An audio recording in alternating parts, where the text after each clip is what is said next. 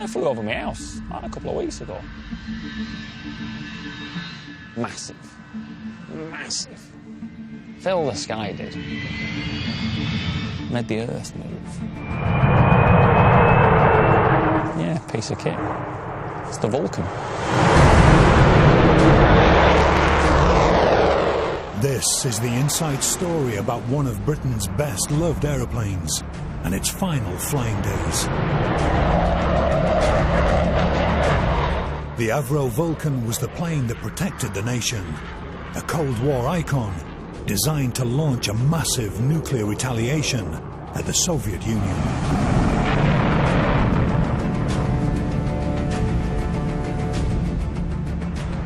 Today, only one airworthy Vulcan survives, but now too expensive to maintain. This technological masterpiece is about to be grounded forever. Well, it's 30 years past retirement, so we can't say with 100% confidence that it's going to run swimmingly. We're in unknown territory. Towards me, Guy. Guy Martin has been granted privileged access to help prepare the aircraft for its most ambitious mission ever. A 1,000-mile farewell tour of Britain.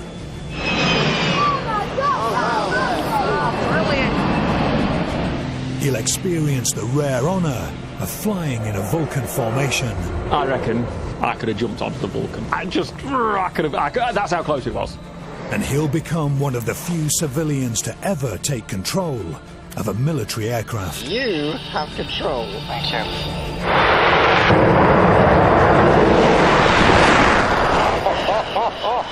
I think that was a little bit more than a wheelie.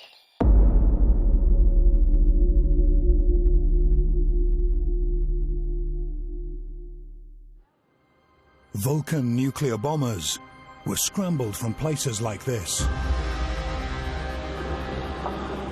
Robin Hood Airport near Doncaster is a former RAF base. Of the 136 Vulcans built, only one is left flying.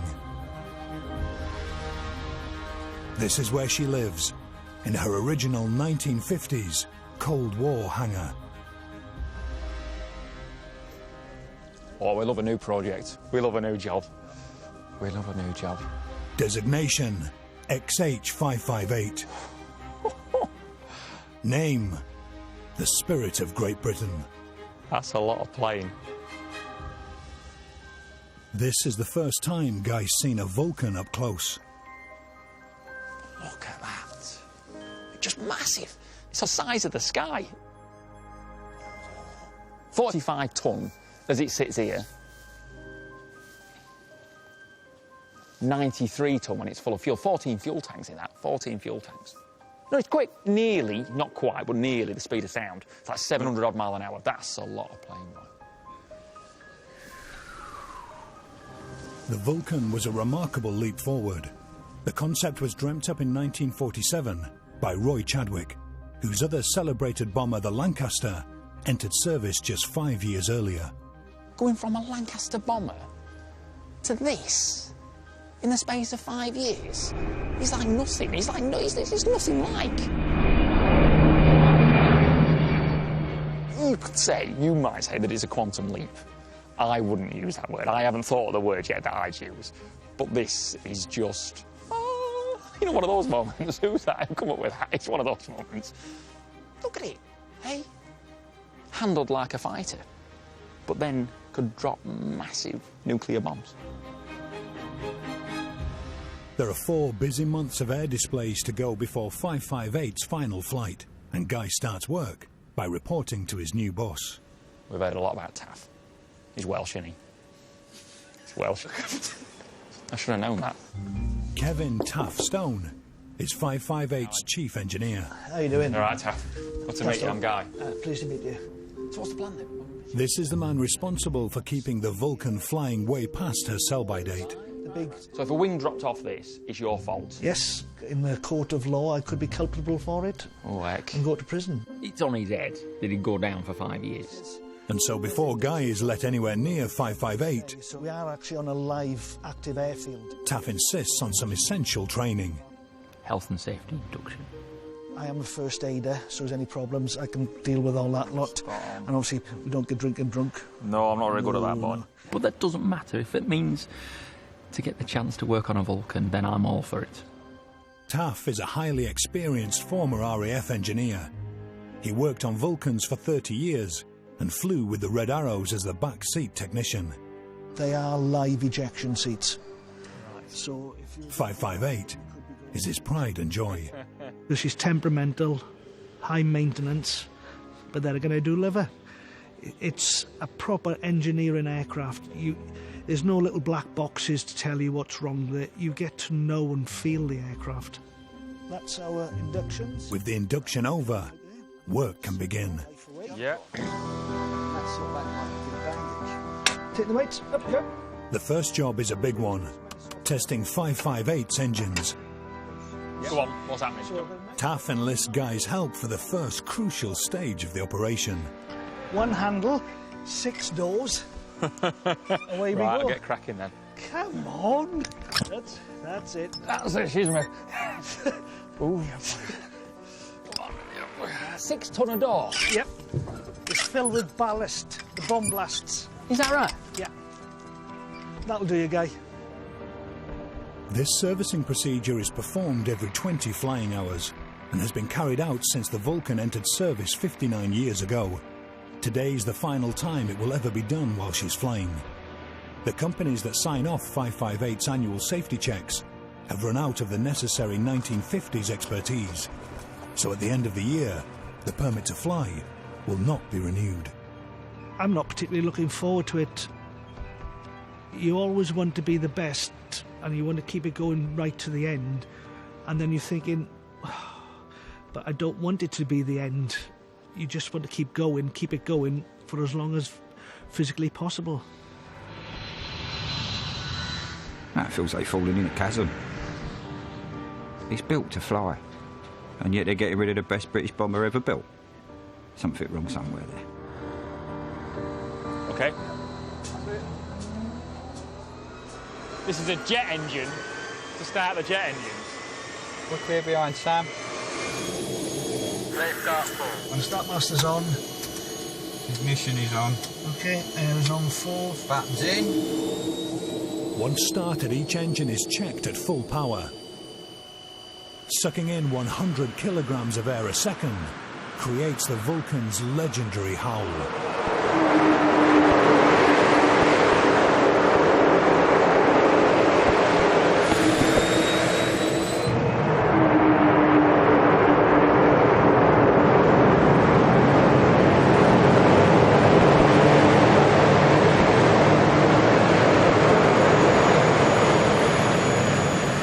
Ground runs went well. Shutting down, 0 fuel.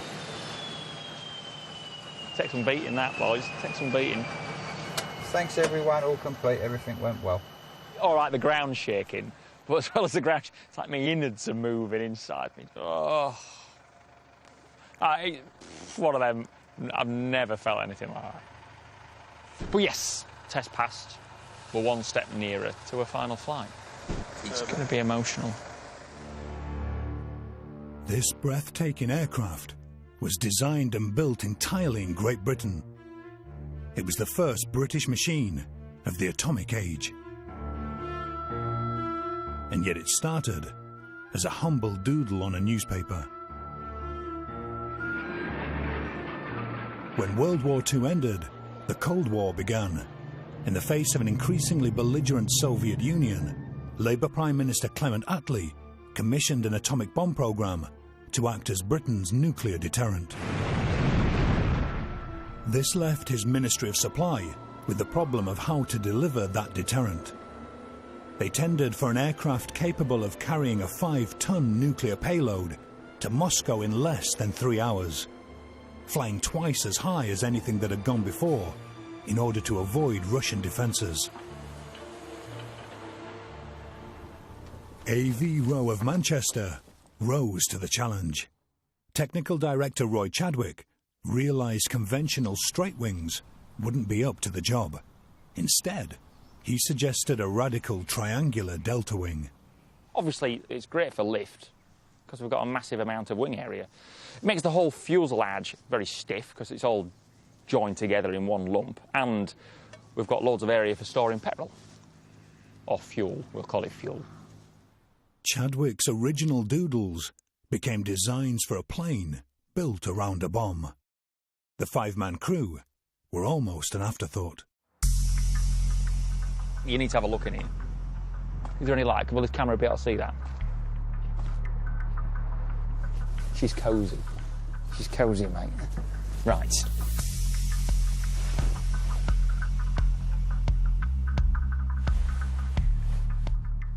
Yeah, what we've got here is that's the pilot, number one pilot.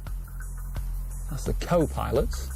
This is me on the stairs, and there is no space. You could not swing cats around in here. Here we have AEO, Air Electronics Officer. He looks after all the plane's electrical gubbins, and there is a lot of electrics on this. Nav Plotter, he looks after where the plane's going. And here we have Nav Radar. He looks after dropping the bombs. See this in the corner? See that? Manual bomb dropper, eh? That is a powerful button. So you're thinking, right, 1, 2, 3, 4, 5. Oh, and that's your soup warmer that took 90 minutes to warm. It recirculates the air in the engine bay to warm that up. 90 minutes! You've broken me! You've broken me! But she is busy. I press the button.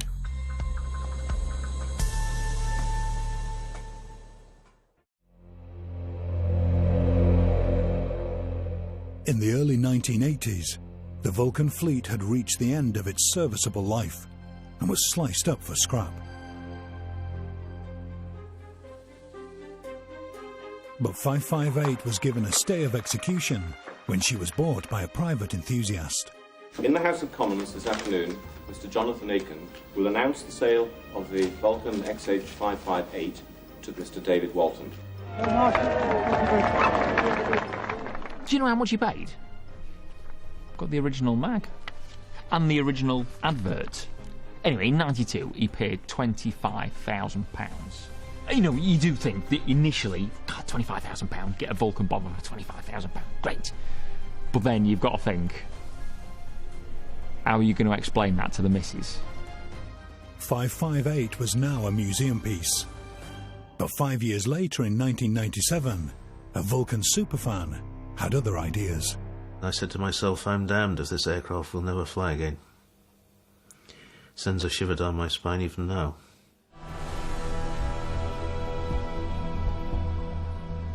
Robert Plemming, keen air cadet, nuclear physicist taught by Stephen Hawking, and pioneer of computer networking at the start of the World Wide Web, gave up his executive salary to try and restore 558 to flight. It was an immense personal risk. Some of my old friends of the time thought I was mad, which, to be honest, was one possible explanation. I regard this as the Everest of aircraft restorations. It must be. And I have to admit, at times I was wondering whether or not I was going to be Mallory or Hillary. I do think there's an engineer's gut feel that I certainly feel. From the very earliest days, I was convinced that we could return the aircraft to fly based on instinct rather than actual firm knowledge. We thought we'd need about $1.5 million to restore the aircraft. That proved to be a huge underestimate. The project was on the brink of financial ruin, and as a last resort, Plemming spent 3 solid months preparing a submission to the Heritage Lottery Fund. And this is it. This is 2 volumes worth 110,000 words of what is needed to make a successful Lottery Fund grant application. A pretty reasonable novel. They were awarded £2.7 million. Public donations more than doubled that figure, and in 2007, after 100,000 man-hours, the world's most complex restoration was rolled out of her hangar. 558 was towed past her adoring public, taxied to the runway, made the familiar hull, reached 116 miles per hour, and flew for the first time in 14 years. The plane has been a star of air shows ever since. There has been a cost. I guess I could have earned very much more money than I've earned. I'm not sure whether or not the stress has caused medical problems or whatever, but there have been a few milestone medical issues along the way. Undoubtedly worth it, no question. We've given so much pleasure to so many people. It is a dear job to run. How much does it cost? I don't want to, you don't really ask, but I thought I should ask. The figure that we have had to raise year on year is about £2.25 million. £2.25 million? Well, we can take the aircraft to the people. We're seen by somewhere between 2 and 3 million people a year. And in my head, that's £1 a smile. The Vulcan is funded largely by public money and displays for around 40 hours a year. The maintenance alone to keep the plane safe runs up an annual bill of £1 million.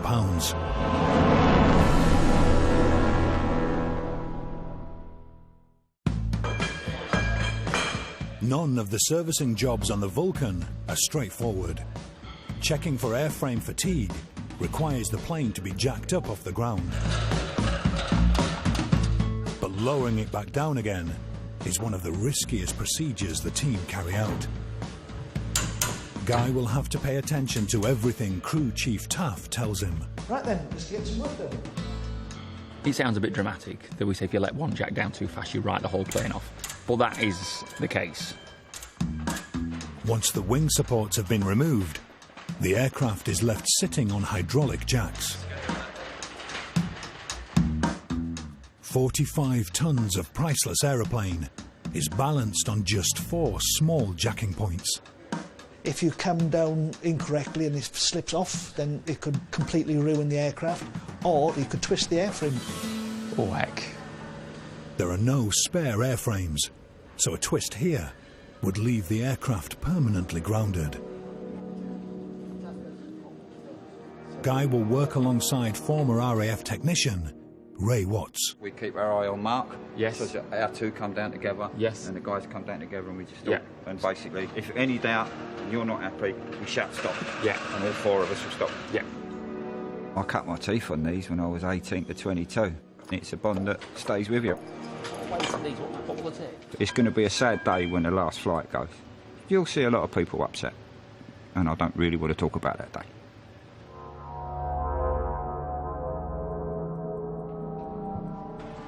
Okay, all together, down 1. Guy slowly releases the valve and the painstaking procedure begins. You think that's pace or a bit? That's fine, so we just keep our eye on that one as well, just watch them both.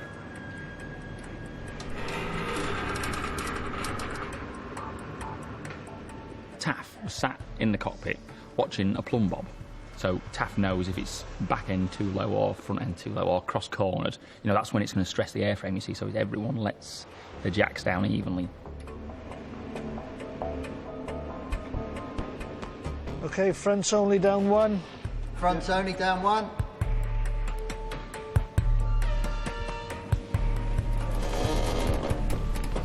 Okay, stop. You can hear it creaking. Yeah, the airframe creaking hull. What's that? Nobody panics, and Taff guides the fractional correction that's necessary. Front right only, down 1. The plumb bob returns to centre. Stop. These boys have done this before. We're in good hands.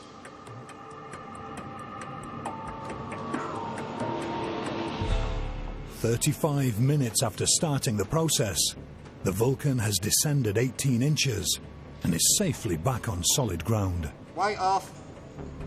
That's it, we're done. You've now took the Vulcan off jacks, mate. Spot on, mate. I'm impressed that they trusted me with the knob on the jack. But he was all right, we got it done. Thank you. Cheers. Cheers, boy.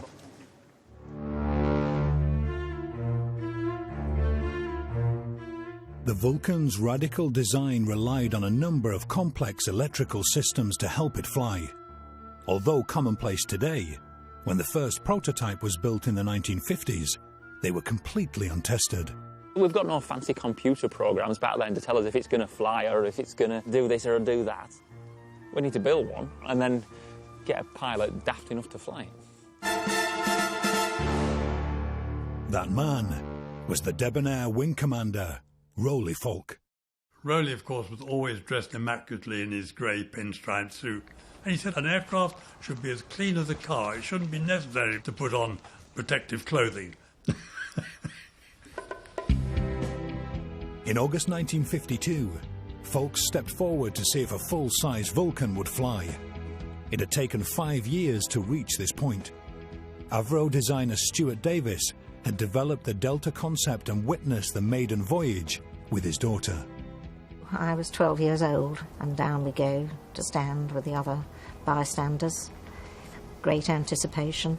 Clear to taxi, runway 26. He teased us a bit because he took it on 1 or 2 little test runs down the runway before he actually did anything. 698 Woodford Tower, cleared for takeoff. And then this beautiful bird took off into the sky, and we all thought, wow. It stopped the whole of Cheshire, the traffic, everything, ground to a standstill, because he'd never seen anything like this at all. God, it was on your amount of space. It came over the new assembly here at Woodford, and he rolled it like a fighter. We couldn't believe it, that such a massive aircraft could be rolled, and he smashed all the glass in the roof of the new assembly, and it was like that for a long time, till the roof was redone. I've never forgot that. All the workforce thought it was terrific. He did put the aircraft through a lot of manoeuvres. They weren't always manoeuvres that he had been asked to put it through. And I can remember my father saying he shouldn't have done that. But it just shows how good the aircraft was. Rowley, of course, was a superb pilot, but being a superb pilot doesn't really ensure that the aircraft is ideal. It's absolutely vital that the aircraft can be handled by the worst pilot in the squadron, if you like, and not only the best. So before the plane was handed over to the RAF, brave pilots like Tony Blackman had to test it to the limit. In the Vulcan, it was always particularly exciting because you would lose control at the maximum speed. The aircraft would just try and dive for home. Avro spent 4 years refining the design, using as much cutting-edge technology as possible, from analysing shockwaves in wind tunnels to early computers. Calculations which would have taken a month can now be condensed into a matter of minutes. That's what was so amazing about the Vulcan. In spite of this very unfortunate handling, we managed to make it into a very effective bomber. The Vulcan entered service in 1956, but its smooth shape influenced the design of stealth bombers some 30 years later, and its Rolls-Royce Olympus engines became the heart of Concorde. My father was extremely proud of it, and every time I've seen it fly since, tears come to my eyes. I think of my father.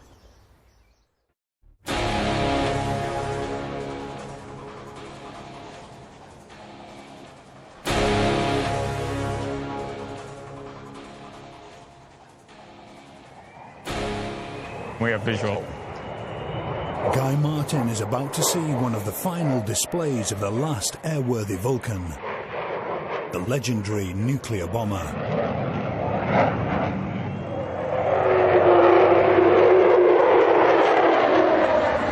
See the sound. See the sound. It makes that noise between 85 and 97% throttle. They didn't design it to do that. It just happened that it's the air rushing through the engines, down the tunnels. You know, it's like a resonance. It's like blowing over the top of a milk bottle. I don't know if you can hear that. It just opened her up there.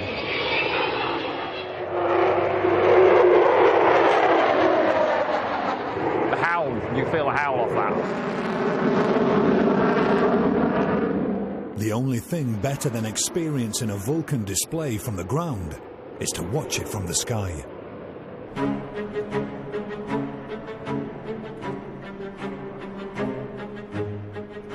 The Blade's aerobatic team have flown alongside 558 on numerous occasions and are marking this their final display together by inviting a Spitfire to join the formation. And Guy. All right, mate. He'll be flown by Miles Garland, one of the Red Arrow's youngest ever squadron leaders. Don't be shy, my mother wasn't. So what's the craziest thing you've done? What's the craziest thing I've done? Yeah.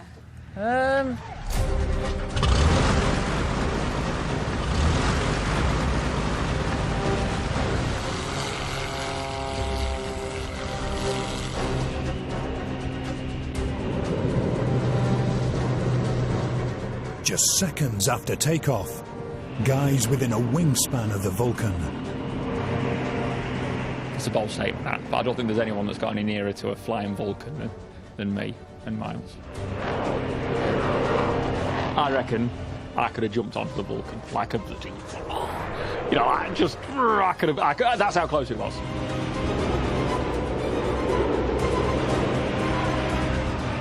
It was going that slow, it looked like it was going to fall out of the sky. But it wasn't, we was doing 180 miles an hour.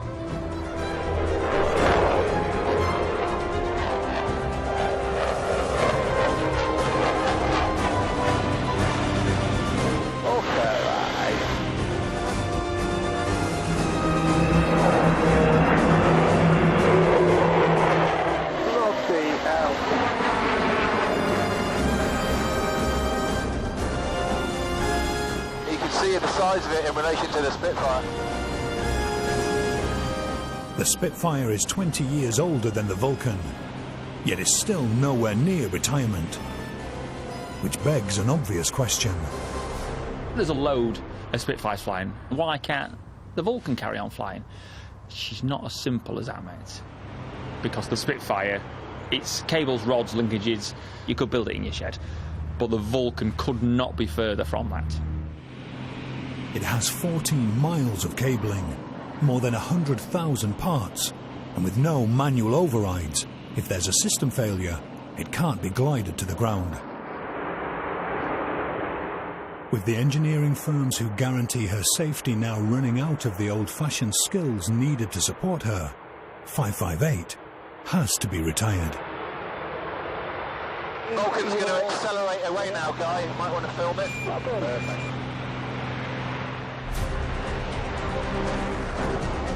Look at him go. Hey. Yeah, that's the flying with the Vulcan complete. Mega. Perfect, guys. Thank you very much. I'm probably the last person that's going to get as near as that to a flying Vulcan. I'm just saying.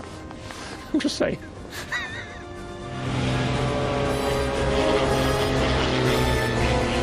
I know, Maxie. You've done that before.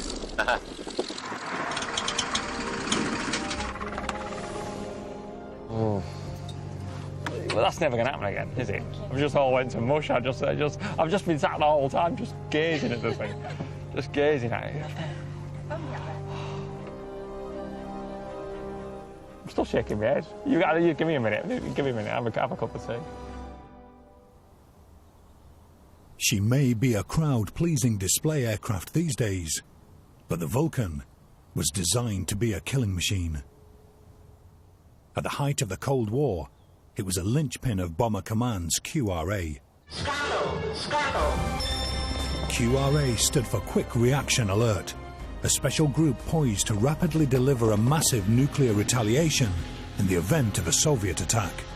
Every Vulcan squadron had to have a plane loaded with a nuclear weapon, ready to go at a moment's notice, 24 hours a day. Attention. This is the bomber controller. Authentication. Whiskey 9 Juliet. Whenever that call-out occurred, it certainly sent the heart racing. We tended to sleep in our flying suits. The essence of the thing was to be able to move quickly and to get your aircraft quickly. We knew if we were ever scrambled, it only meant one thing, and that was missiles incoming to the UK. We also knew by the time that we probably got east to Norway, there wouldn't be much left of the UK, so it was a case of we're going to do to them what they have just done to us. One of the things you had to come to terms with is the fact that it may well be that you will result in the death of hundreds of thousands of people on the ground. Not a nice thought, and it's somewhere I wouldn't like to have gone. But if I had to have done it, I would have done it.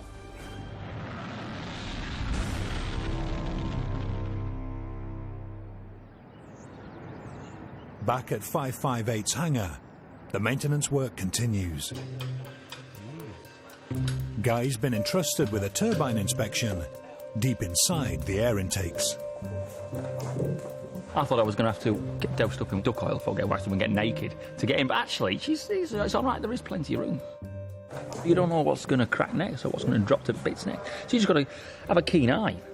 Any nicks in the blades, that's what we're checking for. Can you see what I'm looking at? The torch. If there's been any rivets go through, or birds go through, or small children go through, it'd mark the blades. You hear that noise? Just the blades are loose in the root. When the thing gets to temperature and at speed, the centrifugal force holds them tight. That's how they should be. If they're not rattling, we've got a problem. Thursday morning, sat on an air intake in a Vulcan, eh? The best mechanic's job. The best mechanic's job, eh? I don't want to scratch anything, but...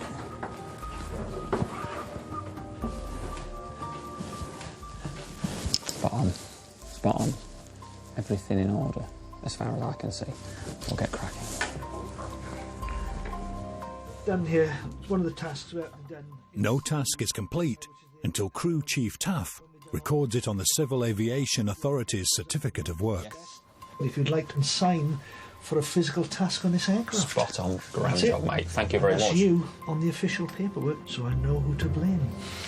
It's all in hand. Don't worry. 558 is fit to fly for now, but there's one safety aspect that has beleaguered the Vulcan through its entire life. Whilst the pilot and co-pilot up front had ejector seats, the design couldn't accommodate them for the crew in the back.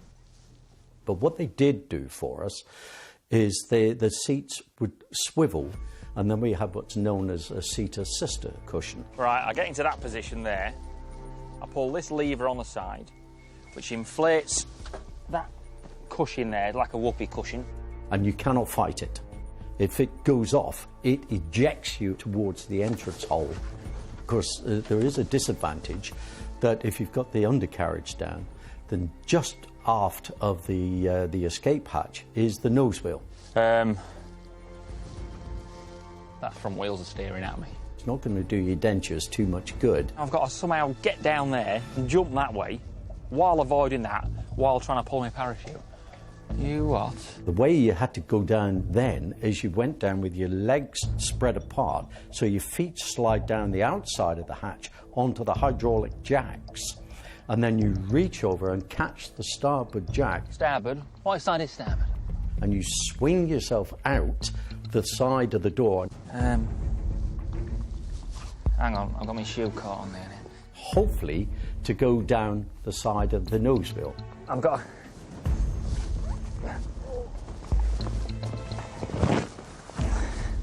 And now pull my parachute and try and miss that. Even if the nose wheel wasn't down, an emergency exit was perilously dangerous. Not terribly satisfactory, and not a lot of people have actually got out. 15 Vulcan crashes, all in all, and in 10 of those crashes, all of the boys coming out that way died. 10 of the crashes. Odds aren't very good. I can see why. One rear crew member who had to contemplate those odds was Peter West. I heard this bang. Well, it was a bird strike. The two starboard engines burst into flame, and for the first and only time in my RAF career of nearly 35 years, I pressed the key and sent a mayday message. The plane was 558, the Vulcan Guy's working on. People have said to me, "Oh God, 558 nearly killed you." On the contrary, 558 kept us alive. That aircraft with a big hole in the starboard wing stayed airborne. There are 2 months left before Vulcan 558's 1,000-mile farewell tour of Britain, with the team confident the airframe is holding up well. But she's 55 years old, and with no other Vulcan having flown for so long, the team never know when a problem might arise. And on the 5th of September, one did. At the controls that day was Virgin Atlantic airline pilot Bill Perrins. We performed a couple of air displays. We were preparing to land at Prestwick Airport up in Scotland, and we selected the undercarriage down, and it didn't fully come down. A plane spotter's footage captured the faulty nose wheel. A safe landing looked impossible, and with fuel running out, the airport initiated its emergency protocols. Phil Davis was in the back of the Vulcan, working as the air electronics officer. We believe that some air had got in the system, so the nose wheel came down to about 70 degrees. We called if there was any British military aircraft around. The RAF scrambled a Spitfire over to us. Can you give me your speed, please? I'm just on your right-hand side. And the Spitfire came up, flew alongside and confirmed that the nose wheel was in fact not fully down. It looks like it hasn't descended fully forward. Thanks so much. We've just kind of settled to go out to sea to blow the gear down, and suddenly I think the old girl decided that she didn't want us to do that, and with a big clunk the nose wheel went down and locked. Vulcan runway 30, crystalline. The nose wheel was down, but nobody could be sure it would take the strain of the landing. Perrins kept the nose in the air until the last possible second to try and make touchdown as gentle as possible. She'd made it, and for the pilot at least, it's definitely time to retire 558. Personally, I think it's exactly the right time to knock it on the head and park it up. Certainly when I reach the same sort of comparable age, I don't want somebody to make me do lots of things I don't want to do. I just intend to sit in an armchair, become grumpy and drink a few beers. Thanks very much to everybody for your patience and help. Well done, Vulcan.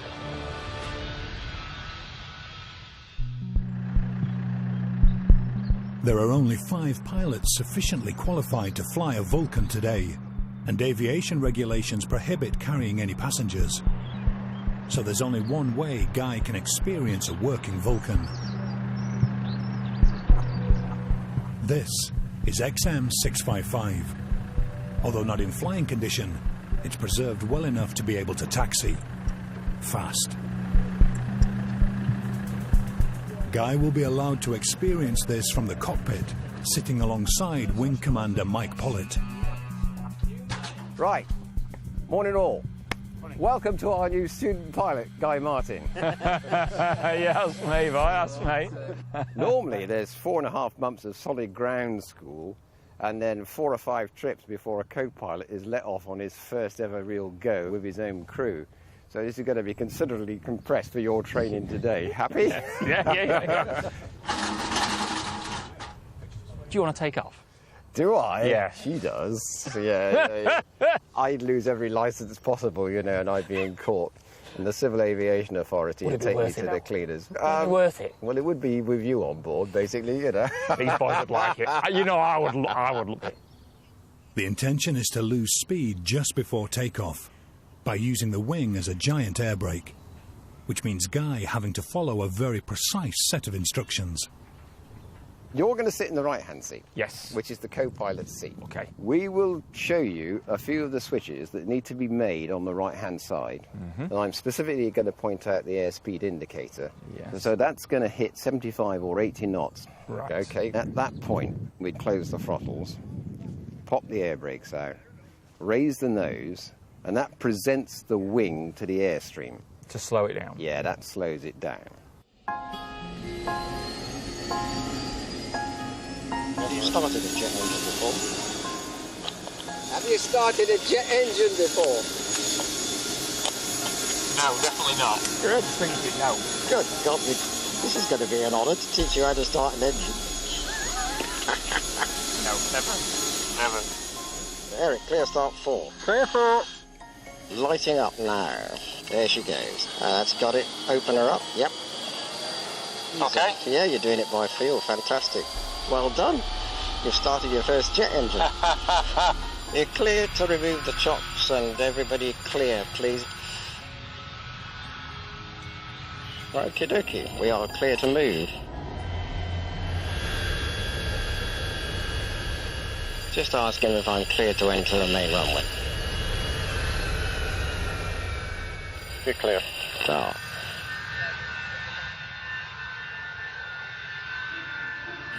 Put your hand on the stick. That's my boy. This is the ASI, speed indicator. Keep half an eye on that. If you notice anything untoward, you let me know. Only briefly taxiing at full power is permitted, but it will take all of Guy's concentration to help Wing Commander Mike Pollitt keep the Vulcan on the ground. Is everybody happy? Thumbs up in the back, no problems. And we've been cleared to go. Okay. The engines are brought up to power. 5 seconds. Go.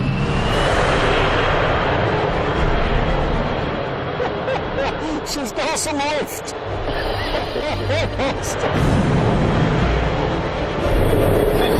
55, 60, 65, 70, 75. At 90 miles per hour, they pull back on the stick hard to try and slow down. The nose soars. Just before takeoff, they slam the nose down. I think that was a little bit more than a wheel. The air brakes are deployed. They stamp on the wheel brakes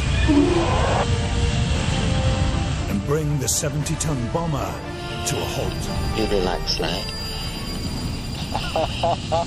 Not a lot of room for error. I can hardly read the speed off fast enough. That's some acceleration, that. Guy's experience doesn't end there. You have control. Thank you. Britain's newest co-pilot is entrusted with taxiing this priceless aircraft back to base. You've got the rudders, and the nose wheel steering, and the throttles. The handbrake's still on. Yep, brakes off. Yeah, give it a bit of power.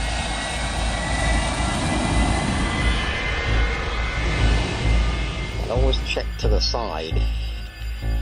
That gives you a feeling of the speed as well as checking that your wing tip is clearing any obstacles. So about 20 miles an hour, I think. More like 30 now. Almost as good as driving a Scaniel, isn't it? Just the same, just the same. Watch this camera we've got somewhere on the centre line. So keep a little bit to the right, Guy. Okay. Now just bring around gradually what I say to the right now. Well done. A bit nervous. Oh, that was pretty good. A 70-ton Vulcan. Boy's a natural at it. Okay, stop. Yeah, okay, brakes applied. Fantastic. Engine anti-sync. Off. Can you close 1 and 4, please, Guy? That's the outers. That's those shut now. Yep. Close 2 and 3, please, Guy. Fantastic. Well done. That was slick. Thank you very much indeed, everybody. So what's the captain's opinion on the newest recruit to a Vulcan squadron? He was good. He was really good. I'd say, if we did that 3 or 4 times more, I'd let him do the next one himself. Really that. Very, very good. Vulcan pilots were always rigorously trained, but it looked like they or their aircraft were never going to see combat action. By 1982, the Vulcan's time was nearly up. Then, just 3 months before retirement, the tired old bomber was finally called into action. Argentina had invaded the Falkland Islands. Their tanks were on the streets, and their aircraft had captured the key strategic location of Port Stanley Airfield. Britain wanted to take out the runway, so it couldn't be used by Argentina's fast jets. But the challenge was using conventional bombs to hit a target just 40 meters wide that was 8,000 miles from home. Even launching the attack from the halfway point at a base on Ascension Island still meant this would be the longest bombing raid in British military history. We're away from any coastline, so we can't use our radar. So we went for a long period where we really didn't know where we were, apart from we knew, of course, we were heading south. The Vulcan would need more than 30,000 gallons of fuel to complete the mission, but its tanks could only carry 9,000 gallons. The only way to get fuel that far from home was with a relay of 11 airborne tankers and a bafflingly complicated in-flight refuelling plan. I'd never seen anything like it before in my life. I didn't really understand it, couldn't follow it. But luckily I had Dick Russell on my right shoulder, and I turned to him and said, "Do you understand that, Dick?" And he said yes. So, thank goodness for that. Refuelling is very, very tricky. The object is to, with small throttle movements, you gradually edge up to put your probe in the basket of the hose. Easier said than done. The pilot's explanation for in-flight refuelling was, it's like trying to put a piece of wet spaghetti up a cat's backside. You sweat, not half sometimes. Sometimes you'll run into turbulence, which will make it even more difficult. It is stressful. I know there's so much that could go wrong. I mean, if you speared that into the back of the plane in front, he's probably going to come down. That's going to break off. That's going to go in your engine. You're probably going to come down. Yeah, it could get messy, but then we like a bit of risk. And they didn't just have to refuel once. They had to refuel 7 times. But after the final top-up, the crew realised they'd been left short. They were now beyond the range of any other tanker. If they continued the mission, they'd be unlikely to make it home. Martin thought about it. I can hear him now. He said, "I haven't come all this way to go back." I was absolutely determined that we just had to go on with this attack. Running into the target at 400 miles per hour, the bombing computer was switched on. A 1940s clockwork calculator that worked out the bombs should be released from 2 miles away. It is genuinely mechanical. The forward throw should carry the bombs to target. Mind-blowing. The mission's success now fell to Bob Wright. It's a matter of pressing the button so the bombs start falling off the aircraft. Finally, the counter gets to 21. I said, bombs gone. Out of a load of 20-odd £1,000 bombs, only one hit the runway, but that was enough to put the runway out of commission for fast jets. So the job was done.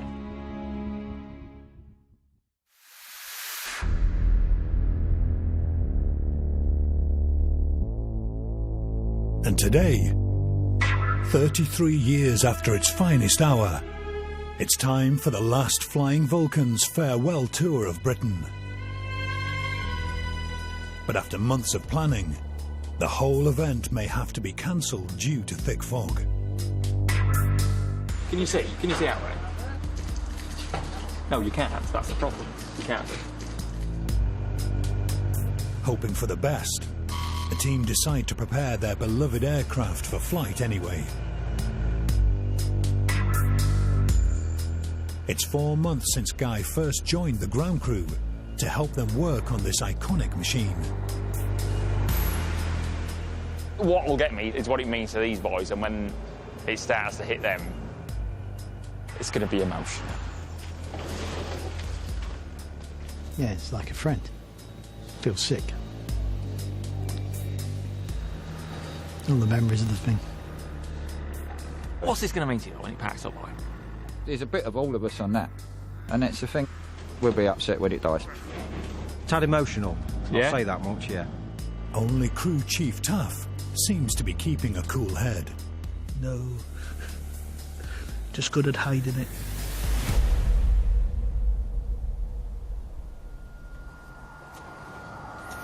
There are 3 hours of pre-flight servicing to carry out. The pneumatic systems are replenished. Anyone have thought he'd done this before? Come. The tyre pressures are checked. And 558 is filled up with fuel. Sorry, mate, where do you want us? Right. Turn it clockwise, open up. It takes 40 minutes and costs £24,000. An hour before the scheduled takeoff, the fog begins to clear. 558 can be handed over to her pilots. What's the plane mean to you? Well, it's about the 63rd time I've flown it in the last 5 years, so it's got a place on my heart. And it's just, you know, I know you like machinery and the technology in it. The more you learn about it, the more fantastic the design was. So yes, we'll miss it. Captain Bill Perrins runs Guy through the mission. We're going to go whoosh across to just west of Harrogate. Yeah. And then up toward Newcastle Airport. Oh, yeah, you are having a ride, yeah, John, and then aren't you? all the way up the northeast coast, just to the east of Edinburgh. Yeah. And down through the Lake District, which is going to look lovely today. Shouldn't be too bumpy. How low are you going to go over here? 500 foot? 501 feet. And then... I like the man's precision. And then we're going to fly... Over Woodford. Over Woodford. The airplane was born at Woodford. Yes. Nottingham, Derby, and then back here and land. And that's that. My word. Last time ever. Very sad. So we need to get in the airplane and go flying. You've got for your life. Don't touch the tower, Vulcan. Don't touch the good afternoon. Request engine start. Engines turning, light up. Everybody happy? That's active. Okay, just waiting for Tart for his magic wave. There he is. It's happening.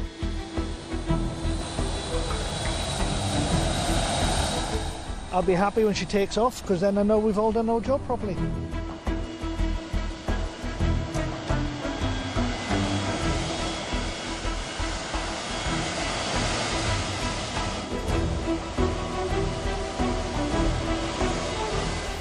.558 is about to start her most ambitious tour ever, where she'll cover a total of more than 1,000 miles.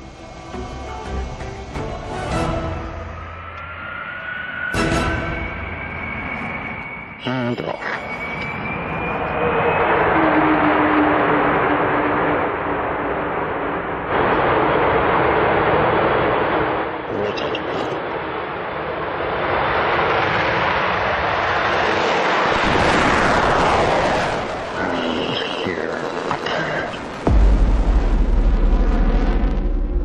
I got a bit of a shiver on, man.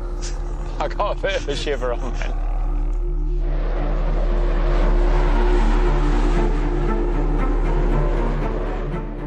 It brings a funny emotion, actually. There'll be people around the country now who will be seeing this for the last time, so it's a funny old moment. Rear crew member Phil Davis makes sure the epic tour is flown with military precision. Okay, we're 5 seconds late now on our current time. Okay. The first landmark is the Cold War radar station at Menwith Hill. Fans with camera phones are at every turn. Oh, brilliant!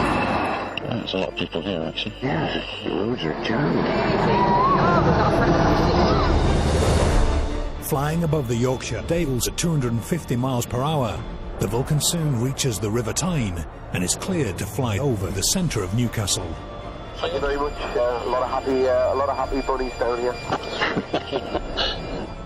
1 hour after takeoff, they reach the Firth of Forth and Edinburgh's famous hill, King Arthur's Seat. It's quite a spectacular looking city from here. It is, isn't it? It's remarkable. Mm. The question is, how long is it going to be before I have to eat that sandwich? Don't we normally have pies? With more than 50 locations to visit, the last flying Vulcan was getting the send-off she deserved. The Vulcan was something special. There's nothing like it left. There's not going to be a dry eye in the house, I can guarantee that, and certainly not in my head. To see 558 finish flying is going to be a sad loss to me. I'll always remember it with huge affection. It was, to me, the best aircraft in the world. I loved it. He's flying beautifully. This is what's so sad. It's going to be mourned. The tour was a magnificent success, with 300,000 spectators turning out. Do you know, the old Concorde final flight didn't get this at all. No, I don't think it did it? I was there. The Lake District saw huge crowds on the shores of Windermere. Oh yeah, I can see it now, right in front. There's a whole bunch of people waving flags. Beautiful. She flew past Manchester in its police helicopter and onto Woodford near Stockport, once home to the factory where all the Vulcans were designed, built and first flew. We've got a bit of noise on as you go past. Keep up the blast.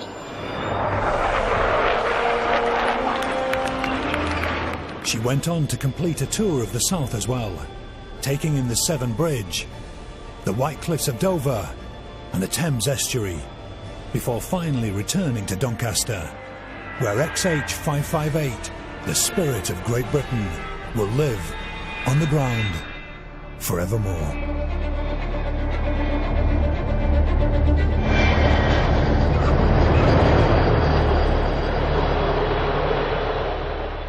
I hope you've enjoyed it. I hope you learned something. I've learnt a lot. Well, it's mega, isn't it? So designed over here, built over here, and then eventually it was restored over here. What an achievement.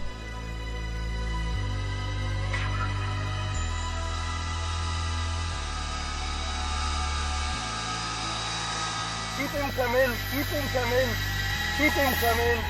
That's Guy Martin, is that? I was pretty nervous when I was lollipopping it back. It's a lot of plane coming towards you, that. Hey, there's only going to be one winner. Good marshalling there. Marvellous marshalling. It's been a massive experience. Met a lot of interesting people, a lot of people with a lot of passion about this plane, and that's made it great.